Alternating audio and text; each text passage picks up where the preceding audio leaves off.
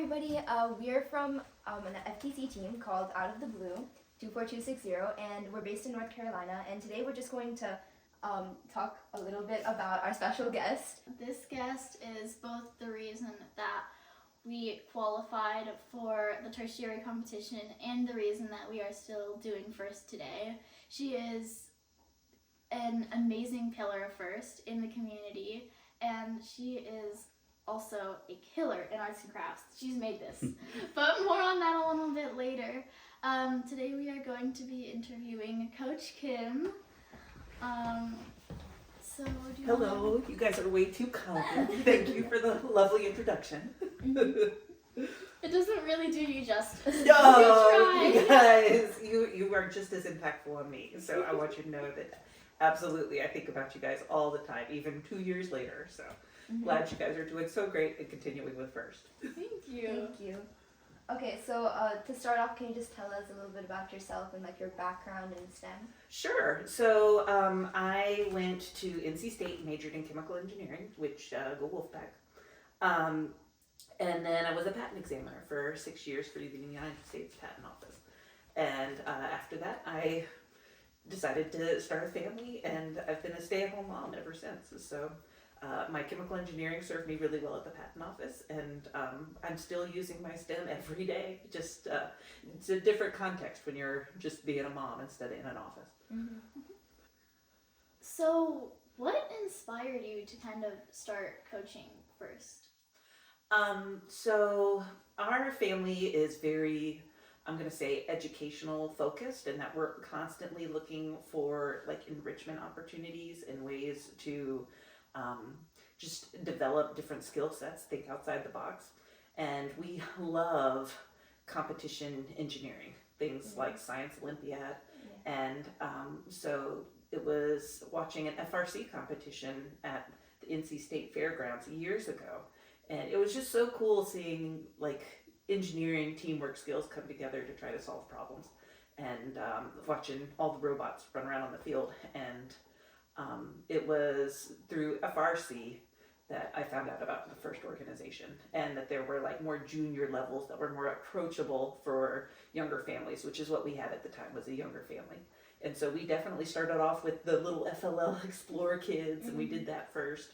And it was as the kids were coming up that I sort of was interested, but not super, I didn't feel led to, start a team, coach a team. And it was sort of, we've got a spot for your child, but you got to coach. And that was, okay, I can do that. I'm good with STEM and coaching. I had no idea what I was getting myself into. And so it was definitely one of those, now you're here, you got to make the most of it. And I'm really happy that we had such an awesome team that allowed us to sort of branch out and go in lots of different directions. Otherwise, I think it would have been lost. But we had a really great group.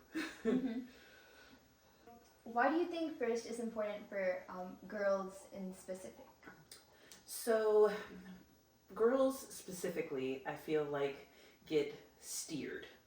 Boys are, the phrase "boys will be boys." They get to free range and pursue their own interests, and girls, I feel like, get herded. You go to ballet, then you got to pack up and go to piano, and then and in STEM, I feel like you're allowing girls to like choose your own path. Like, once you see that there's no boundaries, there's no borders, it's open to everybody. Now it's, well, what do I want to do with my brain and my skills and my gifts? And that's what I really like about girls in STEM in particular, is like, our little arts and crafts stuff. It's like, just because you're brilliant with, your science mind and your math doesn't mean you don't get to do the fun things too. And we definitely, with our music and our crafts and button making and everything, we really had a lot of opportunities to, use our skills, but not just with the, building the robot and coding and stuff. That was sort of icing on the cake on top of everything else. Learning empowerment skills. So before I ask the next question, I do want to introduce the little guest we have on the couch. As I mentioned before, Coach Kim is an incredible, is there like a job specifically for arts and crafts? No, I do love my arts and crafts, and I think that there's something in particular, remember Jump designed our logo and color scheme and everything. There's something so exciting about seeing this thing you imagined being brought to life and like, sitting down on the sofa next to you. And it was really about making sure that, even though the boys were so focused on building the robot, it's like, but look, there's way more to who we are as a team than just, ones and zeros. And I felt like it gave sort of everybody a rallying point and something to focus their energy on. It was a lot of fun. Yeah, I think that's kind of what makes our team special, is that we not only, I feel like the group of people that we assembled, we had so many different like strengths and drives that we were able to have a cohesive robot and a well-researched project and an amazing like team brand. Yeah. Branding, man. Branding. It's like something special about First too, because it brings together like people that you wouldn't have met in any other way. Like if I met the people on our team now in a different context, I don't think I would have ever talked to them. Like I agree. I totally understand what you're saying, because you guys really did come from very different aspects, but we all sort of used our strengths, like combined we were more powerful, and it was really fun to watch. This kind of leads into the next question, but as a coach, how do you like make sure that everybody on the team is included in all aspects of First? I think what we were just talking about is you have to know who your teammates are, who your audience is, and what motivates them and what inspires them. And if Varun, forgive me Varun if you're out there, if Varun just wants to sit and play with the Legos and work on the robot, and that's what speaks to him, you got to find a way to incorporate that into what everybody else is doing and working on. And it was so much easier with you guys, because you were so like inquisitive and you wanted to know how this was going to work, and it was really easy to work with you. It's harder for somebody who's very closed off, and that you have to get people to be comfortable with sharing and feel safe. And that's honestly, it was a very easy task with our group. I'm currently coaching at a middle school, and for whatever reason, middle schoolers are just very protective of their identity, and they don't want to put themselves out there, and they don't want to say what they're excited about, because that's not cool. And so now I've got to like reach further in. We got to do way more of the sort of skills building so that people are more comfortable about sharing. And once they're comfortable, then we could say, okay, well now, where does this take us as a group? And I think First really gave us the opportunity to like choose different strengths and different avenues to pursue, which I don't think there's another program like it. It really was super valuable for us. Yeah, valuable for us too. Yeah, for sure.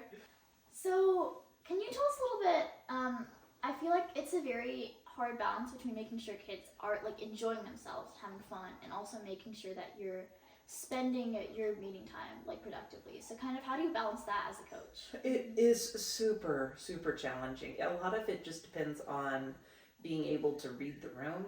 And some days people walk in and you can just tell it's not a good day, energy level is low, people are not feeling it. It's like, okay, well maybe today is a good day to play a game and talk about how we're approaching the season and what kind of goals we have. There were other times closer to the end of the season that just wasn't an option. It was like, okay, we literally have 2 weeks between now and competition. How would you guys like to spend that time knowing that competition? And because you guys were such seasoned pros at like 11, like you really did understand the concept of, we really have to get this done. Like, what were we going to do? Whereas the rookie team I was working with this year, I was like, we have 2 weeks to get all of this done. And they hadn't even done a robot run yet. And it was so like, guys, we have to do a robot run. And they're like, but there's this really cool mission that we could probably code. And I'm like, no, we have to do a robot run. So there's definitely, it's about prioritization, but also at the end of the day, the competitiveness is not the main goal. It's not to, score the best. We got to remember that we are meeting people where they are. And if meeting people where they are is just to sit and play, keep talking and nobody explodes, then that's what we're going to do, because that's more important, is the sort of camaraderie than, scoring a really high robot score. Yeah. I Okay. for sure agree. I feel like in terms of, especially for rookie teams, the competition is more of like a deadline than actual like It's more of an Event. experience than a competition. Like you're just trying to get to know things and like figure out what you feel about first, and then like when you get to your second and third year, you might get more competitive and like try to actually win. But what advice would you give to like a rookie team like yours that is just starting out and watching this podcast right now? Oh gosh. So if you're a rookie team and you're just starting off, the things I would tell you are, while your coding skills and your STEM skills, your robot skills, are definitely something that draws you in. That's why people join first, is because they want to work on the robot. It's the research and the engineering process you go through when you're doing the project, where you do all your brainstorming and your research and your teamwork and all. That's really truly where you're doing what a professional engineer is working on every day. And so the robot is the fun part, but the research is sort of what builds your skill set for the coming years and even for school, because you can carry those skills with you no matter where you go. Yeah.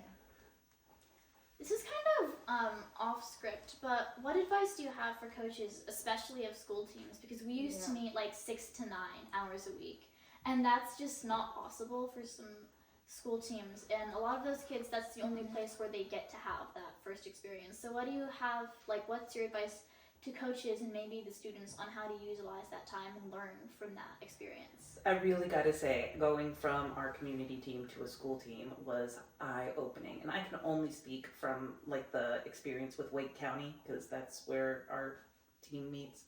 Is we did not have the parent communication that we had as a community team, and we did not have the opportunity for like travel and getting outside of the classroom. We're sort of, contained. And when students are contained like that, their brains don't think bigger. Like they don't go outside the box. It's what is in these walls. And it's so hard when you're trying to say, we want to, engage with the community and do outreach events. And they're like, well, what's an outreach event? And you're like, come on, it's not everything in life happens in these four walls. So for other teams and teachers, coaches, definitely focus on how you can take what's inside the four walls of the school and push the boundary. It's all about pushing past what you've kind of like imposed mentally and what your team is capable of. They're capable of so much more, but you gotta, get the principal to support you, get your teacher mentors to support you. We gotta break these boundaries and take it a little bit outside of people's comfort zones, and maybe ask to bend the rules. Bending the rules, ask for forgiveness rather than permission. Yeah, I agree with what you're saying, because I was on a school team last year too, and like one thing that I noticed is that like everything that we do, it's like, especially outreach, when like talking to other people, it's so limited when you're at a school team, and it's hard to get stuff done outside of like what you have at school. Yeah.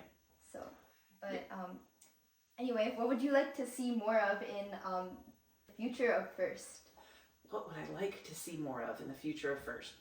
I love the robot runs on the table. I would love to see different fields. I feel like everything is very standard to this FLL table thing, because every team has a table, and so we always work within the limits of the table.